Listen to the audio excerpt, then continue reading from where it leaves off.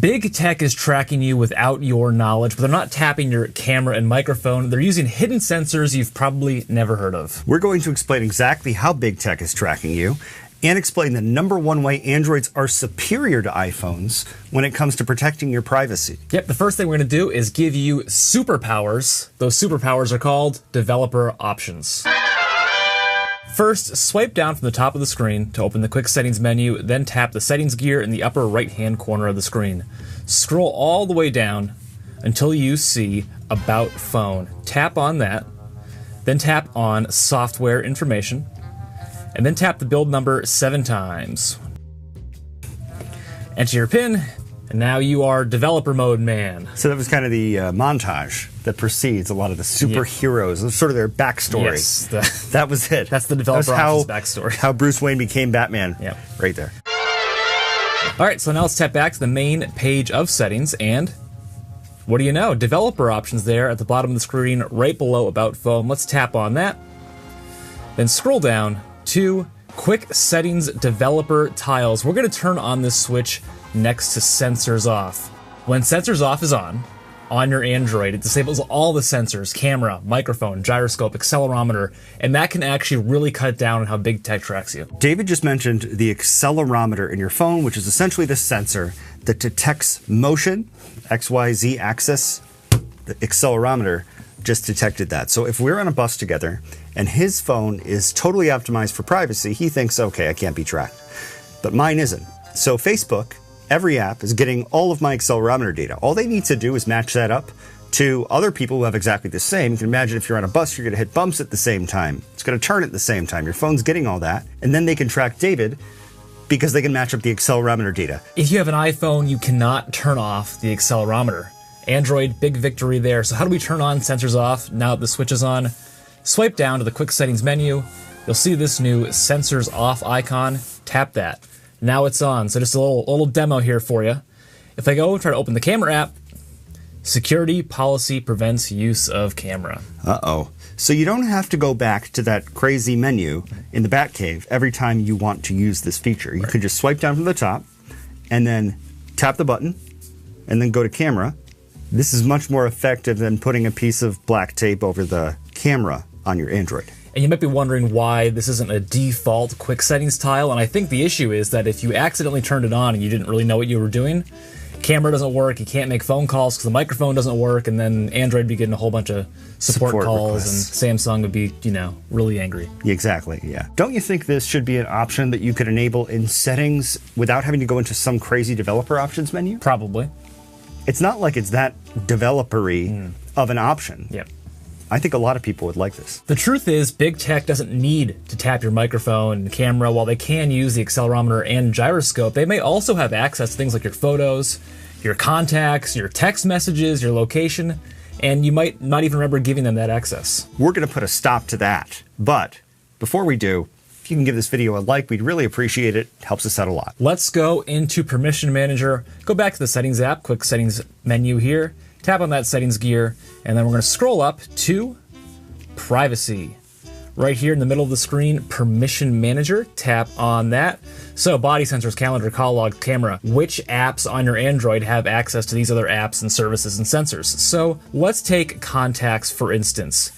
Does Amazon Shopping need access to all the contacts on your Android? Nuh-uh. Probably not. And then if you got a friend who has you saved as a contact and they give Amazon Shopping all of your contact information, well share this video with them. And they're a jerk. And tell them to turn it off. So we're going to tap Don't Allow. Contact permission can be useful for some social media apps at first. You join the platform, they say, import your contacts, we can find all your friends quickly. And I think, but after that initial setup process, come back in here, turn it off. So for example, Snapchat, I don't think so.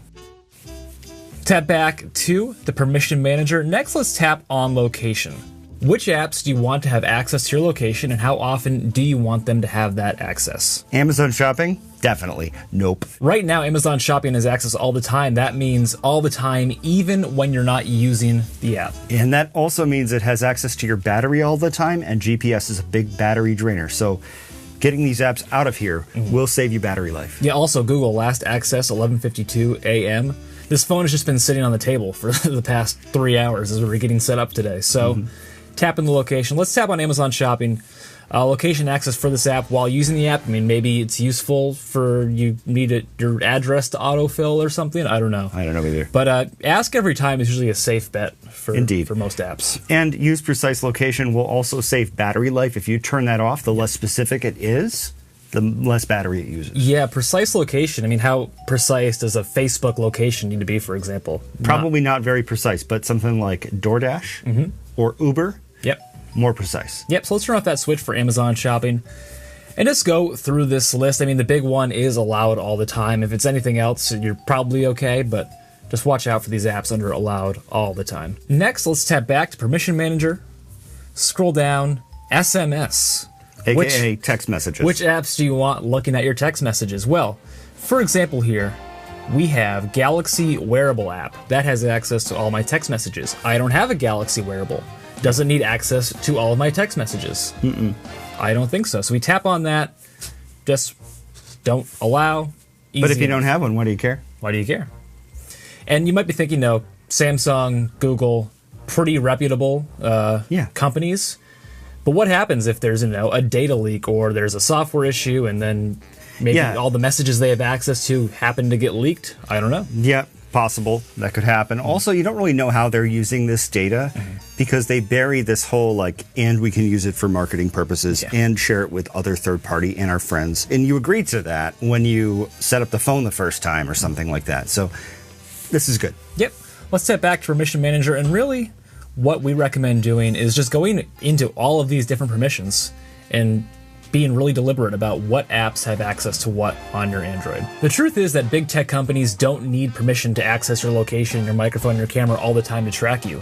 There are a lot of little bits of information they can collect and create a digital fingerprint about you and really focus in on you as an individual. You should follow all the steps in this video because it's going to sort of blur out that picture and remove a lot of the pieces. Right. So you become not Susie Green. You become some person that's in a very generic universal bucket who maybe they know likes cats, which is not as terrifying. Let's tap back to the main privacy page in settings and scroll down to Samsung Customization Service. Tap on that.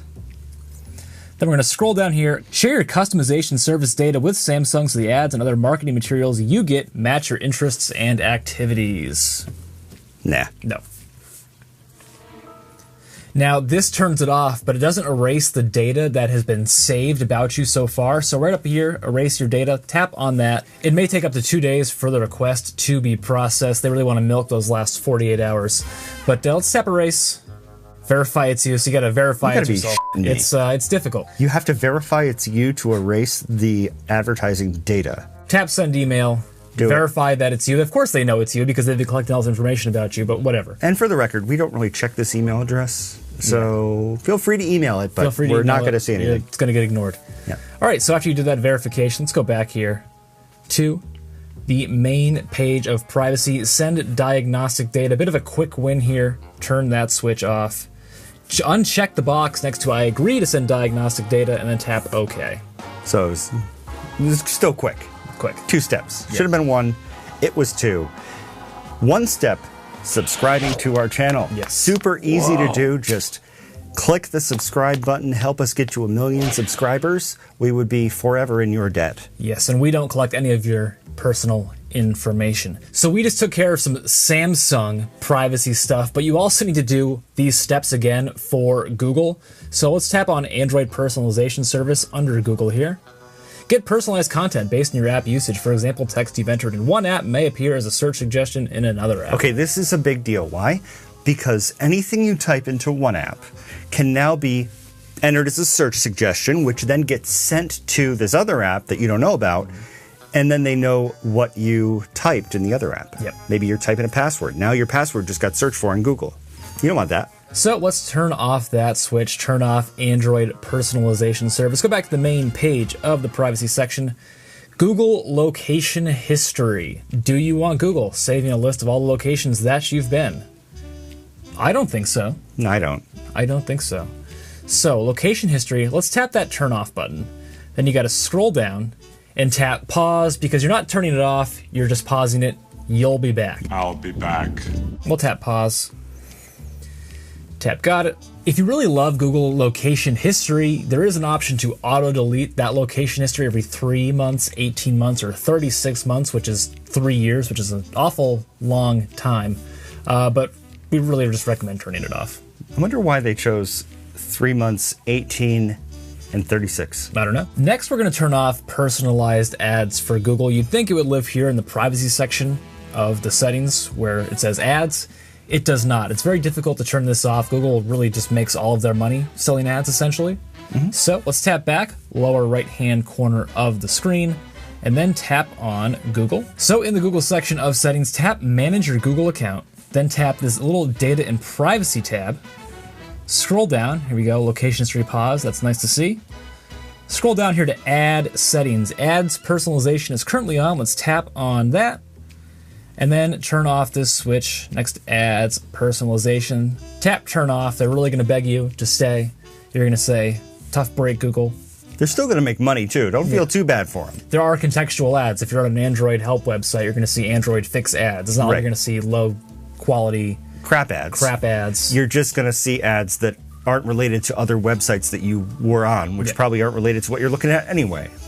Yep, tap got it, lower right-hand corner of the screen. So that's really what you need to do. We've done a pretty good job of limiting Google. One more thing you really need to do. Tap back, lower right-hand corner of the screen, tap back again, keep going back to the main page of settings, tap on privacy, scroll down to usage and diagnostics, tap on that, turn off that switch. This can also use a little bit of cellular data if it's sending that data to Google over cellular as opposed to Wi-Fi, a little bit of a battery drain or two. Yeah. And unless they're paying you. Yeah. You don't need to send this to them. Yeah, that's what you need to do to really cut down on Google and Samsung and big tech from collecting those little bits of information. Those are a lot of, quick little tips that add up to a lot. We've changed a lot on this Android. Surely we must be done by now. We're not done, and don't call me Shirley. There is another Android privacy setting that is so dangerous, your Android actually warns you against leaving it on. Wow. Curious. Let's tap back to the main page of settings using that little back button, lower right-hand corner of the screen. One above privacy is biometrics and security.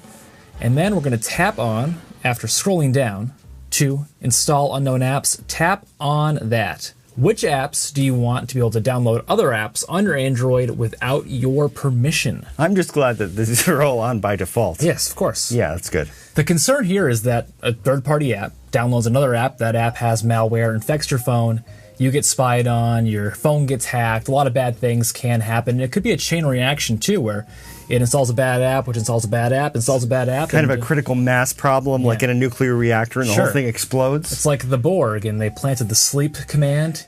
Installing apps from the source may put your phone and data at risk. I think that's correct. So, what we recommend doing, turn it off for everything and see which apps need to install third-party apps on your Android, and then at that time you can grant them access if you feel like that app's important. Or you can go and download the app yourself from the App Store. Yes. Or the Google Play Store, where the hell it's called. So it's not very interesting to watch me turn off all these switches. Let's just pretend I turned them all off.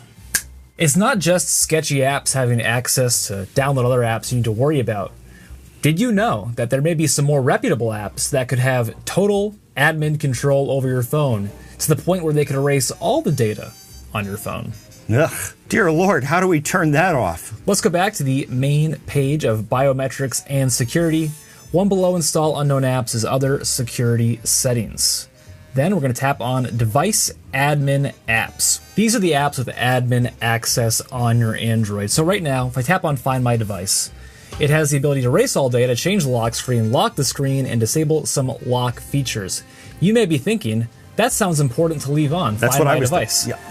Well, I've got news for you. An Android Police article has a pretty good summary of why you don't need to leave this on. Google tells us that the setting is effectively a throwback, only required on devices running Android 9, that's Pie, and below for it to get access to system-level APIs required to wipe or lock it. So if you don't want an app or function to have admin access, just tap that deactivate button. First, look for any sketchy apps that may have somehow gotten admin access. Pretty unlikely. But you should also be concerned about the bigger names, because what happens if there's a software glitch or there's a hack, and somebody who's not Samsung, who's not Microsoft, gets access to these features and just takes the admin control and wipes everything on your phone. Let's say you have Outlook for work. Maybe you gave your work access to be able to set up your email accounts, but you also gave them access here to be able to delete your device. And you don't want John, the administrator, who you rejected 7 times because he's kind of a creep, to then just delete your phone. Yep. So be careful with these admin apps. See what they have access to actually do on your Android. A lot of the time, it's just locking and unlocking the screen, but be careful with that. If you enjoyed this video, consider joining this channel with all these fine folks whose names are currently scrolling down the screen. Joining helps us create videos like this. We appreciate it, and also gives you the ability to talk to us in our Discord channel. So please join. Lots of great perks. Ultimately, you should be the one in control of your Android. You're the admin. You're the one who installs apps and gets to use the microphone and camera. Don't let these big tech companies spy on you. And make sure to share this video with your friends. As we mentioned a lot of different times in this video, setting it up on just your phone often is not enough to at least start preventing Google and Samsung from... It's vestigial. I have one question. What the heck does vestigial mean? Vestigial, like vestigial structure. So like I think the tailbone, wisdom teeth, they used to have a function. They no longer have a function. Like an appendix. Yes.